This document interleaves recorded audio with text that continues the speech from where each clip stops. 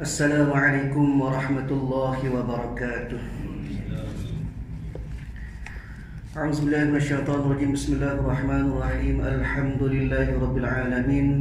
Wassalatu wassalamu ala asyrafil anbiya'i wal mursalin sayyidina maulana wa nabiyyina wa habibina wa syafi'ina wa qudwatina wa uswatina Muhammadin sallallahu alaihi wasallam wa ala alihi wa ashabihi ajma'in. Allahumma faqihna fid din waftah alaina futuhal arifin waj'al a'malana khalisatan liwajhikal karim ya arhamar rahimin. Allahumma iftah alaina hikmatak wa anshur alaina min khazain rahmatika ya arhamar rahimin. Rabbi shrah li sadri wa yassir li amri wa hlul 'uqdatam min lisani yafqahu qawli walhamdulillahi rabbil alamin. Amin. Qala al-musannif rahimahullahu ta'ala wa nafa'ana wa iyyakum bi'ulumihi fid darain. Amin. Alhamdulillah, pertama selamanya marilah sama-sama kita panjatkan setinggi-tinggi kesyukuran kita kehadrat Allah Subhanahu wa taala, kerana pada malam ini Allah Ta'ala masih lagi memberi kesempatan kepada kita. Allah Ta'ala masih lagi memberikan nikmat kepada kita daripada segala nikmat yang diberikan oleh Allah Ta'ala kepada sekalian hamba-hambanya. Iaitulah antaranya dua nikmat yang terbesar daripada nikmat iman dan juga nikmat Islam. Kemudian nikmat kesihatan, sihat tubuh badan. Dia mengikut kuadran masing-masing lah. Maknanya masih lagi mampu untuk kita buat amal ibadat kepada Allah Ta'ala sebagai hakikat kejadian kita sebagai seorang hamba Allah Ta'ala. Kemudian daripada nikmat masuk, dia ada setengah manusia tu dia masuk dia tak ada. Dia tak ada masuk, tak ada nak bagi surah, tak ada nak bagi ke masjid. Di kapal lain lah, kapal kita bagus, alhamdulillah penuh semua rapat ke belakang. Dan kemudian juga Allah Ta'ala masih lagi memberikan kesempatan kepada kita juga dari segi kita ada semangat, kita ada perasaan nak buat ibadat kepada Allah. Dalam masa yang sama kita nak belajar, kita duduk dalam majlis ilmu yang dikatakan sebagai Raudhatun min Riyadil Jannah, satu taman daripada taman-taman syurga. Mudah-mudahan kehadiran kita pada malam ini Allah Ta'ala catatkan sebagai salah satu daripada amalan kebajikan kita yang mana yang akan kita bawa menghadap Allah Subhanahu wa taala pada hari akhirat nanti insya-Allah. Tuan-tuan puan-puan yang dirahmati oleh Allah Subhanahu wa taala, insya-Allah pada malam ini kita sambung kuliah kita daripada kitab Faridatul Faraid pada muka surat yang ke-7. Alhamdulillah, pada kuliah yang lepas kita tahu kita sebut lebih kurang berkenaan gambaran kasar ataupun secara umum berkenaan dengan pengarang kitab kita, pengarang kitab Faridatul Faraid. Bermula daripada kulit depan kita sudah pun syarah, kita sudah pun huraikan. InsyaAllah pada hari ini kita akan masuk kepada pendahuluan dia lah. Baik, pada baris yang kita ambil pada ayat yang kedua, wassalatu wassalamu ala tarjumanil uluhiyati wa dalili wahdaniyati sayyidina Muhammad al-mab'uthi bibahiril mu'ajizati lita'yidi risalatihi wa tasdiqi hidayatihi. Bagaimana disebut oleh pengarang kitab ini, Syekh Ahmad bin Muhammad Zain Al-Fatani rahimahullahu ta'ala kepada kita, setelah bila mana pengarang kitab ini bawa kepada kita tentang segala puji bagi Allah ataupun disebut sebagai Alhamdulillah. Kemudian pula mari pula yang kedua sebagai adab mengarang kitab, iaitulah kepada Nabi kita sallallahu alaihi wasallam. Lepas pada puji Allah Ta'ala, puji Rasulullah. Maka pengarang kitab sebut dan rahmat. Dan rahmat dan sejahtera. Bila sebut rahmat Allah Ta'ala, maka sesungguhnya rahmat Allah Ta'ala itu luas. Kita kena tahu, kita kena sedar rahmat Allah Ta'ala itu luas. Bagaimana Allah Subhanahu wa Ta'ala sebut dalam surah Al-A'raf ayat 156, Allah Ta'ala katakan, wa rahmati wasi'at kulla syai'. Maknanya apa dia? Dan rahmatku meliputi setiap sesuatu. Dia maknanya kata bila mana Allah Ta'ala kasih, bila mana Allah Ta'ala berkenan dengan sesuatu benda, dia akan beri rahmat. Termasuk juga kita sebagai hamba Allah, bila mana kita kena dengan hak Allah Ta'ala, maka rahmat Allah Ta'ala akan mengiringi kita semua. Bahkan setengah ulama menyebut kepada kita, betapa besarnya rahmat Allah Ta'ala kepada manusia, iaitulah terutama kepada orang-orang yang beriman. Bagaimana hadis Nabi SAW disebut oleh Imam Al-Bukhari rahimahullahu ta'ala kepada kita. Hadis Nabi sebutkan, ja'alallahu rahmata mi'ata juz'in famsak indahu tis'ata wa tis'ina wa anzala fil ardi juz'an wahida famin dhalikal jaza'u tatarahamu al-khalaiq hatta tarfa'u ad-dabbah hafiraha an waladiha hasyatu an tusibah. Hadis Nabi sebut kepada kita bagaimana Allah Ta'ala menjadikan sebanyak 100 rahmat. Allah Ta'ala buat 100 rahmat, maka Allah Ta'ala sipir 99 bahagia rahmat. Manakala rahmat itu Allah Ta'ala turun kepada seluruh dunia. Mana kata dengan rahmat itulah Allah Ta'ala bagi lagu-lagu mana sifat kasih mengasihani antara makhluk, sehingga binatang ni sampai ke binatang sama binatang pun dia kasih. Ibu binatang kasih kepada anak-anak binatang. Supaya apa? Supaya dibimbangi anak-anaknya akan terpijuk. Di maknanya ni kaedah binatang kasih kepada anak. Di mana dengan kasih saya, dengan rahmat Allah Ta'ala waktu besar atas muka bumi ni, maka sekalian makhluk berkasih saya. Manusia saya kepada anak, binatang saya kepada anak, kita kasih kepada sahabat, kita kasih kepada sesama makhluk dan sebagainya. Maka kasih saya itu bagus rahmat Allah Ta'ala waktu turun. Maka kata ulama rahimahullahu ta'ala, disambung lagi mana? Kata ulama, maka sesungguhnya 99 rahmat lagi Allah Ta'ala akan bagi semasa pada hari akhirat nanti. Allah Ta'ala beri dengan sifat rahim Allah Ta'ala. Sebab itulah Bismillahirrahmanirrahim, dengan nama Allah Tuhan yang Maha Pengasih. Tuhan kasih. Lagu mana kasih Allah Ta'ala? Dengan 99 rahmat ni lah. Tak kira lah kita ni Islam, kalau kita ni beriman, kita ni kufur, kalau kita ni buat maksiat kepada Allah, maka semua boleh nikmat. Kenapa? Kerana sifat Rahman Allah Ta'ala. Ada pun sifat Rahim bila Allah Ta'ala beri kepada kita pada hari akhirat nanti. Hak ni Allah Ta'ala khususiah kepada hak beriman semata-mata. Dia dengan rahmat 99 tu, dia akan bagi kepada seluruh orang yang beriman, orang-orang yang bertakwa kepada Allah. Ni nak cerita pasal rahmat Allah Ta'ala. Ayatnya luahnya rahmat Allah Ta'ala. Bahkan kata ulama, kalulah Allah Ta'ala tak bersifat dengan rahmat atas dunia ni, maka nescaya orang kafir tak boleh minum air walaupun seteguk, walau bisyurbatil ma', walaupun seteguk air orang kafir tak boleh minum. Tapi kerana sifat rahmat Allah Ta'ala ini, Allah Ta'ala beri rahmat kepada sekalian makhluk atas muka bumi. Sebab itulah pengarang kita ini, Syekh Ahmad katakan, dan rahmat dan sejahtera. Maknanya rahmat ini yang dikatakan sebagai rahmat kepada orang beriman. Dan sejahtera maknanya sejahtera as-salamun, sejahtera atas juru bahasa ketuhanannya. Ketuhanannya maknanya ketuhanan Allah Ta'ala. Maknanya ini satu doa daripada pengarang kepada juru bahasa ketuhanannya yang menunjuk kepada keesaannya, menunjuk kepada keesaan Allah Ta'ala. Siapa dia tu? Juru bahasa ketuhanan itu, iaitulah penghulu kita Nabi Muhammad sallallahu alaihi wasallam. Doa daripada pengarang kitab kepada Nabi kita Nabi Muhammad sallallahu alaihi wasallam. Bagaimana dikatakan sebagai penghulu kepada kita? Maksud dia dah Nabi Muhammad sebagai penghulu kita anak Adam, sebagai penghulu kepada sekalian manusia. Bahkan hadis Nabi SAW Nabi sebut, ana sayyidu wulida Adam yaumal qiyamah wa awwalu man yanshaqu anhu al-qabr wa awwalu syafi' wa awwalul mushfa'. Ini satu hadis Nabi yang disebutkan oleh Imam Muslim rahimahullah ta'ala kepada kita. Nabi kata, aku adalah pemimpin kepada anak Adam pada hari kiamat.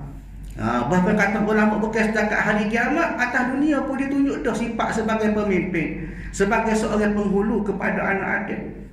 Bahkan kata Nabi, aku adalah orang yang pertama akan dibangkitkan daripada kubur, dan aku adalah orang pertama yang akan memberi syafaat dan dibenarkan memberi syafaat. Ayatnya hebat Nabi kita Nabi Muhammad SAW. Sebab itu boleh jadi tok ngulu. Dia orang nak pilih tok ngulu kena cari orang hebat. Bagaimana pilih tok ngulu Nabi kita Nabi Muhammad. Adapun kita tok ngulu atas dunia ni dinanti oleh makhluk. Tapi Nabi Muhammad dilantik oleh Allah Ta'ala sebagai penghulu anak Adam. Sebaik-baik ummah, sebaik-baik makhluk, tak adalah orang lain kecuali Nabi kita Nabi Muhammad sallallahu alaihi wasallam. Maknanya di sini tuan-tuan yang dirahmati oleh Allah, pengarang kita ni dia doa supaya diberi rahmat, salam sejahtera, selamat ke atas juru bahasa ketuhanan, hak bawa kita supaya kena Allah Ta'ala. Itu maksud dia. Maknanya kerana ada Nabi Muhammad lah kita boleh kena Allah Ta'ala. Siapa ilmu-ilmu ataupun benda-benda agama Islam kepada kita. Maknanya dengan fijur buat Nabi Muhammad sallallahu alaihi wasallam sebagai penghulu kita. Menunjuk kepada keesaan Allah, iaitulah penghulu kita Nabi Muhammad sallallahu alaihi wasallam yang dibangkitkan dengan segala mukjizat. Maknanya yang dibangkitkan dengan segala kelebihan-kelebihan kepada rasul-rasul yang diuji oleh Allah Ta'ala. Dia makna kata diberi mukjizat. Apa dia mukjizat? Mukjizat kata ulama iaitulah satu benda yang mencari adab, benda pelik-pelik, benda yang ajaib berlaku ataupun diberi kepada rasul. Kenapa? Untuk dia nak membuktikan kerasulan dia kepada ummah. Dia maknanya dengan ada peristiwa-peristiwa, ada kelebihan-kelebihan Allah Ta'ala yang luar biasa kepada Rasul, kepada Nabi, maka orang pakat beriman kepada Rasul, kepada Nabi.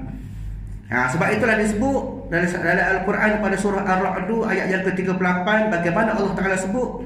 Allah Ta'ala kata, وَلَقَدْ أَرْسَلْنَا رُسُلًا مِنْ قَبْلِكَ وَجَعَلْنَا لَهُمْ أَزْوَاجًا وَذُرِّيَّةً وَمَا كَانَ لِرَسُولٍ أَنْ يَأْتِيَ بِآيَةٍ illa biiznillahi likulli ajalin kitab.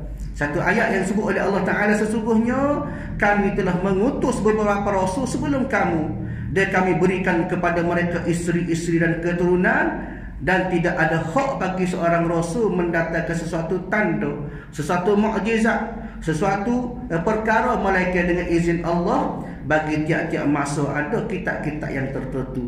Ayat ini menceritakan kepada kita bagaimanakah Allah Ta'ala pilih rasul-rasul untuk beri mukjizat. Di kelebihan-kelebihan. Sebab apa? Sebab bukan semua rasul ada mukjizat. Kata ulama, mukjizat biasanya diberi kepada rasul-rasul ulul azmi. Gapo dia rasul ulul azmi? Makna rasul yang banyak menerima ujian daripada umat dia. Siapa dia? Ada 5 orang. Yang pertama Nabi Daud, kemudian yang kedua Nabi Ibrahim, Nabi Yusuf, ada 5 kata ulama, ada 5 orang, iaitu Nabi Ibrahim, Nabi Muhammad, Nabi Musa, kemudian Nabi Daud, Nabi Ibrahim, Nabi Musa, Nabi Isa, Nabi Muhammad. Mana 5 orang ni, Nabi-Nabi ini diberi kelebihan supaya apa? Supaya orang percaya kepada kerasulan dia. Kalau dia tak amal dalil, maka orang tak percaya, dia berkata sihir belaka. Dia berkata sihir belaka tu. Kalau tidak, barulah diberi kelebihan-kelebihan ini, maka Nabi-Nabi ini pakat ada kelebihan supaya orang pakat percaya kepada dia. Maknanya diberi kelebihan oleh Allah Ta'ala untuk membuktikan kerasulan dia tu. Baik. Jadi kata ulama rahimahullah Ta'ala, mukjizat ni ada 4 bahagian. Yang pertama mukjizat saksiyah, mukjizat hak tubik daripada batin tubuh, daripada batin. Bagaimana kita melihat pada satu ketika berlaku peperangan, masa perang tak ada air. Masa perang tak ada air, maka Nabi SAW ambil tangan dia ni, bubuh dalam bekah, bubuh dalam jeluk, akhirnya keluar air daripada celuh jari-jari Nabi.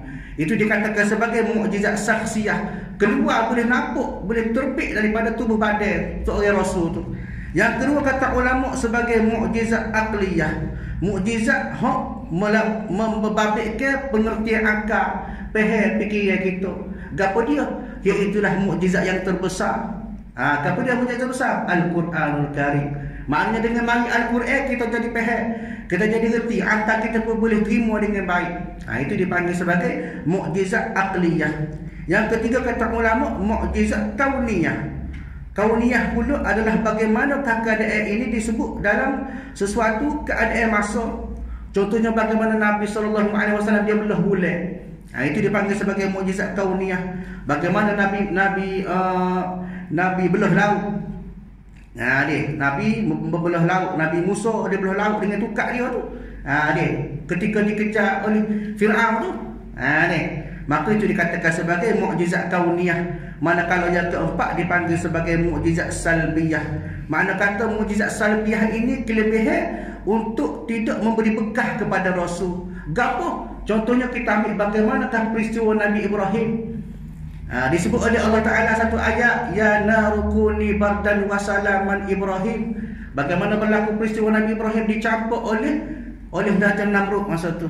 Campur tahu dalam api tapi tak hangus. Kenapa? Kerana berlaku mukjizat kepada Nabi Ibrahim. Sepatutnya kalau kita tahu dalam api tak hangus terbakar lah. Itu hukum adat. Tapi bila mana Allah Ta'ala khitab dalam Quran, ya narukuni, wahai api sejuklah. Bardan wasalaman ala Ibrahim, wahai api musjudlah, muselamatkan Nabi Ibrahim.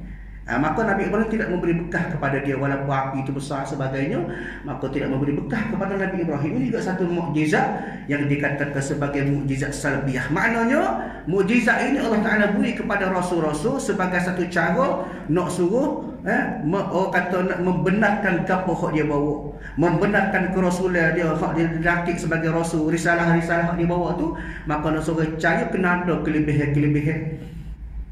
Ni baik.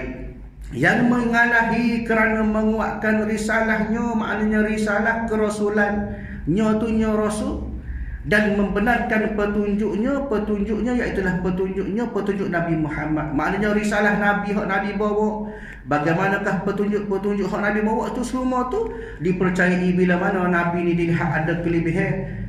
Dia bagaimana Nabi sallallahu alaihi wasallam banyak mukjizat-mukjizat diberikan kepada Nabi sallallahu alaihi wasallam.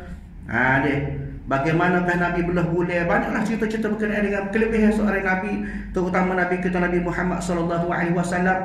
Termasuklah mukjizat yang sangat-sangat masyhur, iaitu peristiwa Isra dan Mi'raj. Di 27 Rejab dia, tak lama dah tu, Isra Mi'raj. Ini juga satu mukjizat yang diberi kepada Rasul kita Nabi Muhammad sallallahu alaihi wasallam. Ayatnya segala mukjizat ini diberikan sebagai satu tanda untuk menguatkan risalah kenabian, kerasulan hak Nabi dibawa tu. Wa ala alihi alladhina balaghud darajatil ula bi'uluwi miqdarihi wa ashabihi alladhi yazaghu nujumal huda binassi akhbarihi. Dan atas keluarganya, maknanya keluarga Nabi sallallahu alaihi wasallam, yang sampai mereka itu, maknanya yang dimuliakan mereka itu kepada beberapa pangkat yang tinggi, maknanya diberi kemuliaan kepada keluarga Nabi sallallahu alaihi wasallam tu. Dengan ketinggian qadarnya, maknanya dengan asbab ketinggian qadar Nabi sallallahu alaihi wasallam di sisi Allah Taala. Makna kata kerana Nabi itu manusia yang terulung, manusia yang istimewa di sisi Allah, maka diberi kemuliaan kepada keluarga Nabi juga. Baik, dan segala taulannya maknanya segala sahabat-sahabat Nabi sallallahu alaihi wasallam. Bila sebut sahabat Nabi, maka banyak pendapat daripada para ulama rahimahullahu taala. Bagaimanapun jumhur ulama mengatakan bahawasanya sahabat Nabi siapa dia? Hak pernah jumpa dengan Nabi sallallahu alaihi wasallam. Itu maknanya pendapat umum. Siapa dia sahabat hak rajin jumpa dengan Nabi, itu pendapat umum. Manakala pendapat salah seorang orang yang terkenal pakar hadis, nama dia Abu Al-Husain Muslim bin Al-Hajjaj Al-Qusairi An-Nasaiburi, dia katakan maka sahabat Nabi menurut pendapatnya ada 12 peringkat. Yang pertama, golongan as-sabiqunal awwalun, mereka yang mula-mula masuk Islam. Hak masuk dalam golongan ni siapa dia? 4 sahabat, Sayyidina Abu Bakar, Umar, Uthman dan Ali. Manakala pada peringkat kedua pula siapa dia? Hak terlibat dengan Bai'atun Nadwah. Kemudian golongan ketiga disebut oleh Abu Hasan Al-Muslimi pula, iaitu mereka hak berhijrah ke Madinah. Masuk juga sahabat siapa dia? Iaitulah mereka hak berbai'ah dengan Nabi pada perjanjian Aqabah yang pertama. Begitu juga mereka-mereka yang termasuk dalam perjanjian Aqabah yang kedua. Begitu juga mereka yang bersama dengan Nabi pada peperangan di Quba. Dia semasa nak masuk ke kota Madinah tu. Juga pada peringkat ini dikatakan sebagai sahabat juga mereka-mereka yang masuk dalam peperangan Badar. Itu juga sahabat. Manakala seterusnya masuk dalam perjanjian Hudaibiyah, Hak masuk juga terlibat dalam Bai'atul Ridwan. Peringkat mereka-mereka yang terlibat dengan perjanjian Hudaybiyah dengan pembukaan kota Mekah. Manakala mereka juga yang termasuk dalam golongan terakhir, itulah mereka para remaja anak-anak sempat jumpa dengan Rasulullah ketika pembukaan kota Mekah dan juga masa haji wada'. Ini ayatnya gambaran awal daripada Abu Al-Husain Muslim bin Al-Hajjaj Al-Qusairi An-Nasaiburi. Manakala pendapat imam-imam yang lain pula, bahkan kata Imam Muslim rahimahullah ta'ala pakar hadis, mengatakan bahawasanya sahabat Nabi ada lebih kurang 144,000 orang. Ada 144,000 kata Imam Muslim. Manakala Imam Bukhari sebut siapa dia sahabat, iaitulah mereka hak Islam, hak hidup bersama Nabi, hak pernah jumpa dengan Nabi. Bahkan secara umumnya disebut oleh Ibnu Hajar Al-Haytami, iaitulah mereka hak berjumpa dengan Nabi, beriman dengan Nabi, bahkan mereka ini meninggal dalam keadaan Islam. Inilah yang dikatakan sebagai golongan-golongan mereka yang dikatakan sebagai sahabat Nabi sallallahu alaihi wasallam. Bahkan kata ulama juga, iaitulah termasuk juga 10 orang sahabat Nabi yang dijamin sebagai ahli syurga. Bagaimana hadis Nabi sebut an Abdurrahman bin Auf qala Rasulullah sallallahu alaihi wasallam, Abu Bakrin fi jannah wa Umar fi jannah wa Utsman fi jannah wa Ali fil jannah wa Talhah fi jannah والزبير في الجنة وعبد الرحمن بن عوف في الجنة وسعيد في الجنة وسعيد في الجنة وأبو عبيدة بن الجراح في الجنة. Hadis riwayat At-Tirmizi rahimahullahu taala. Nabi sebut apa? Nabi kata, dan disebut daripada Abdurrahman bin Auf, kata Nabi sallallahu alaihi wasallam, Nabi kata sesungguhnya Abu Bakar dalam syurga. Yang pertama. Yang kedua Umar dalam syurga juga, Sayyidina Umar, kemudian Sayyidina Utsman, kemudian Sayyidina Ali.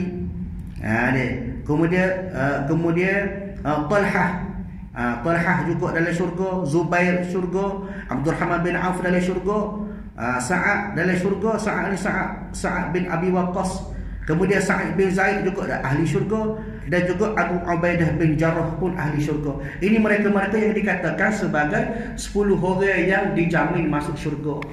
Hebat sahabat-sahabat Nabi, siapakah mereka ini dijamin oleh Rasulullah sendiri. Dia maknanya kita jauh lagi lah. Dia maknanya mereka-mereka inilah yang dikatakan sebagai sahabat Nabi, taulan Nabi sallallahu alaihi wasallam, yang gemilang hal keadaan mereka itu, maknanya sahabat Nabi itu segala bintang penunjuk dengan nas. Maknanya mereka inilah yang bawa ajaran Nabi, mereka inilah yang sambung perjuangan Nabi, mereka inilah yang membawa dakwah Nabi kepada kita dengan nas, maknanya dengan dalil-dalil yang disepakati. Sabdanya, maknanya sabda Nabi sallallahu alaihi wasallam, maknanya berdasarkan kepada nas, maknanya daripada dalil Al-Quran, dan juga sabdanya, maknanya sabda Nabi sendiri sallallahu alaihi wasallam. Maknanya daripada Quran maka sahabat sapa, daripada Nabi sendiri pun maka sahabat-sahabat akan sampaikan kepada kita. Ayatnya kehebatan ataupun kemuliaan sahabat Nabi sallallahu alaihi wasallam. Maknanya ini juga satu doa daripada pengarang kitab Faridatul Faraid ini, iaitu Syekh Ahmad bin Muhammad Zaid, juga mendoakan kepada keluarga Nabi, kepada sahabat Nabi. Di mana inilah merupakan satu tertib adab. Adab orang yang mengarang kitab. Bagaimana mula-mula dia start dengan puji kepada Allah, puji kepada Nabi, doa kepada Nabi, doa kepada keluarga Nabi, doa kepada sahabat-sahabat Nabi. Baik. Lepas tu barulah dia masuk pada isi kitab. Wa ba'du. Ini dikatakan sebagai mukaddimah kitab. Wa ba'du fa hadhihi risalah fi fanni tauhid jama'tuha min iddati kutubin mu'tabarah. Akhadtu min riyadha fawakiha syahiyatan wa min hiyadha jawahira muftakhirah.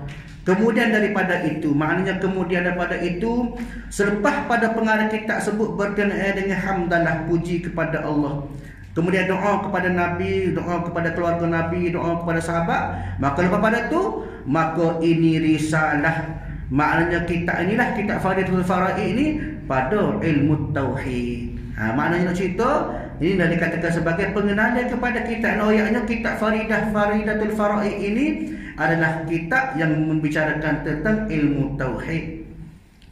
Aku himpunkan dia, maknanya pengarang sebut aku himpunkan dia, maknanya kitab ini daripada beberapa kitab yang diiktibarkan. Maknanya dia ambil daripada kitab-kitab yang muktabar lah ni maksudnya. Dia. Aku ambil daripada segala kebunnya akan buah-buahan yang diinginkan, dan daripada beberapa lautannya akan beberapa permata yang megah. Maknanya di sini benda yang ada dalam kitab ini membicarakan tentang ilmu tauhid, yang mana pengarang kitab ini pilih hak molek-molek daripada kitab muktabar. Itu maksud dia. Dia ambil hak molek-molek, maknanya beberapa lautan itu maknanya beberapa luah ilmu-ilmu berkenaan dengan ilmu tauhid ini akan beberapa permata yang megah, maknanya benda yang bernilai, benda yang boleh bermanfaat kepada kita pada hukum ataupun pada bab berkenaan dengan ilmu akidah. Ni baik. Faja'at bihamdillah ta'ala aqidat haqqin saniyatan lam'ani sunniyatal i'tiqadi wa qa'idata rushdin taskunu baital iman u'idhuha bihi ta'ala min syaitanil intiqad. Maka datang ia, maknanya maka ditulis ke kitab inilah dengan kepujian Allah Ta'ala, maknanya dengan rasa puji syukur kepada Allah Ta'ala. Kenapa? Kerana akidah yang sebenar, yang elok cahaya. Maknanya kita ini akan bincang kepada kita tentang ilmu akidah yang sebenar dengan elok cahayanya, maknanya yang berbetulan dengan akidah kita lah. Lagi yang mengandungkan i'tiqad ahlus sunnah, maknanya mengandungi pegangan-pegangan ahli sunnah, dan ketetapan penunjuk yang diam pada hati orang mukmin. Maknanya petunjuk-petunjuk hak tetap, hak teguh, hak kemah dalam hati kita berkenaan dengan ilmu-ilmu akidah ataupun ilmu usuluddin pada hati orang-orang yang beriman. Aku lindungkan dia dengan Allah. Ini pun satu doa juga daripada pengarang. Aku lindungkan, maknanya aku minta lindung daripada Allah. Gapo dia? Daripada i'tiraf yang diserupakan dengan syaitan. Maknanya tak sewilah kritikan-kritikan ataupun pandangan-pandangan, kejian-kejian masyarakat terhadap kitab ni.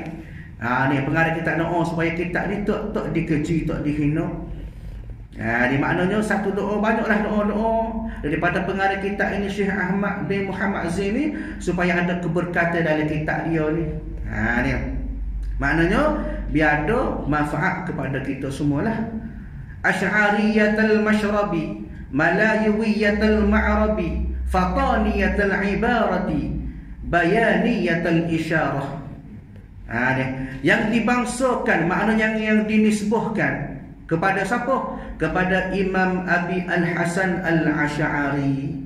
Di maknanya dibangsakan kepada Imam Abu Hasan Al-Asy'ari. Bagaimana telah disebut pada kuliah yang lepas, Imam Abu Hasan Al-Asy'ari merupakan salah seorang pencetus ataupun pengasas kepada aliran Asy'ariyah Al-Maturidiyah yang menjadi aliran bagi ahli sunnah wal jamaah. Sebab kita sebut daripada kuliah lepas, bagaimanakah Imam Abu Hasan Al-Asy'ari yang lahir pada tahun 260 Hijrah. Maknanya sebagaimana kita sebut dah, bagaimanakah ia gelar sebagai mujtahid mutlak ataupun orang-orang yang boleh buat mazhab. Bagaimanakah mazhab Pak Hanafi, Hambali, Syafi'i, Maliki pun lahir pada abad yang keempat. Begitu juga termasuk juga dengan Imam Abu Hasan Al-Asy'ari hak mengasahkan ilmu akidah ini pun juga dilahirkan pada abad yang ketiga. Lahir abad yang ketiga. Sahabat Pak pun lahir abad ketiga. Imam Abu Hasan Al-Asy'ari pun lahir pada abad ketiga. Bagaimana pada aliran tasawuf Syekh Junaid Al-Baghdadi, Abu Qasim Al-Qushayri pun lahir pada abad yang ketiga. Mereka inilah yang digelar sebagai mujtahid mutlak, orang yang boleh buat mazhab. Maka Imam Abu Hasan Al-Asy'ari pun digelar sebagai mujtahid mutlak pada aliran akidah ataupun aliran usuluddin. Maka aliran kita bagi mereka yang berada di Nusantara ataupun di Asia, khususnya di Malaysia, maka aliran ini yang sampai kepada kita. Bersama satu lagi aliran, iaitulah pada Abu Mansur Al-Maturidi. Kedua-dua mereka ini merupakan aliran sahih daripada mazhab ataupun yang dikatakan sebagai ahli sunnah wal jamaah. Kalau Imam Abu Hasan Al-Asy'ari ini lahir pada tahun 260 Hijrah, manakala Abu Mansur Al-Maturidi lahir pada tahun 242 Hijrah. Kedua-dua mereka inilah yang membuat satu pakatan untuk menyusun satu aliran yang digelar sebagai Asy'ariyah Maturidiyah, yang memberi gambaran dan pelajaran kepada kita bimbingan tentang ilmu akidah yang betul menurut ahli sunnah wal jamaah. Yang dibangsakan kepada Imam Abi Al-Hasan Al-Asy'ari mazhabnya maknanya mazhab pada orang panggil sebagai mazhab usuluddin, mazhab akidah. Lagi kepada Melayu bahasanya, bahasa kita ni lah bahasa Melayu. Lagi kepada Fatani tuturannya, makna cara huraf, cara dia bahas kitab ni dengan cara tuturan percakapan orang Tani. Lebih kepada Melayu Tani lagi. Lagi kepada kenyataan isyaratnya, maknanya lagi kepada nyata jelas. Isyaratnya tu maknanya perbandingan ataupun huraian-huraian yang disyarahkan oleh kitab ni. Lagu tu baik. Sambung lagi. Tunazzalu baina nazairiha manzilatal insani minal aini tufaddalu 'alaiha tafdilal 'iqyani 'alal lujjain. Ditempatikan, maknanya diletakkan kitab ini ni, dia di antara segala umpama kitab ini daripada beberapa risalah yang kecil pada tempat rupa yang di tengah mata. Maknanya biar kita ni biar duduk depan mata kita semua, benda hak nampak kelih supaya mudah kita tengok, kita baca. Itu maksud dia. Dan dilebihkan di atas sekaliannya, biar kita ni duduk lebih pada kitab-kitab lain, seperti dilebihkan emas di atas perak. Maknanya supaya berbeza supaya emas dengan perak. Maknanya ayatnya bernilai kitab ni, biar kita ada perasaan kita nak memuliakan kitab ni. Ini satu permintaan ataupun satu saranan daripada pengarang kitab ini. Hariyatan bi'an yuhrasa 'alaiha wa tukhdara fi sawaida'il fuwadi wa haqiqatan bi'an turfa' ala minassati tarji'il i'timadi. Sebenarnya maknanya sepatutnya dengan bahawa dilobohkan atas mendapatnya. Maknanya biar sepatutnya kita pakai bebu, kita pakai lobo, kita pakai rasa nak berlaku atas ilmu yang ada dalam kitab ni. Dan diingatkan kepada segala bicaranya pada mata hati. Maknanya bukan setakat kita duduk nak kepada ilmu dalam kitab ni, biar duduk dalam hati. Jangan duduk dalam buku ya. Ilmu biar duduk dalam hati, biar kita faham, biar kita cerak atas segala ilmu yang ada dalam kitab ini. Dan patut bahawa diangkat ke, maknanya sepatutnya diletakkan risalah ini ke atas pengajangan. Pengajangan dia tulis nombor 2, tengok bawah nota kaki dia, qauluhu pengajangan apa dia, iaitu tempat hak diasi dihantarkan di atasnya perempuan yang dikahwinkan pada mula-mula diperjumpukan dia dengan suaminya di hadapan orang ramai. Ada kita kat pelaming lah. Ayatnya kita memuliakan kitab ini supaya kita letak atas pelaming. Ayatnya mulia atas segala isi kitab, ilmu yang ada dalam kitab ini, kelebihan diperpegang dengan dia. Maknanya supaya kita dirasa kitab ini ada ilmu yang mulia. Kenapa? Kerana kitab ini memberi ilmu kepada kita berkenaan dengan salah satu daripada perkara asas dalam agama. Di maknanya dia ada tanggungjawab kita supaya kita kasih kepada ilmu yang ada dalam kitab ini. Wasammaituha faridatal faraid fi ilmil aqaid. Dan hamba namakan dia Faridah al-Faraid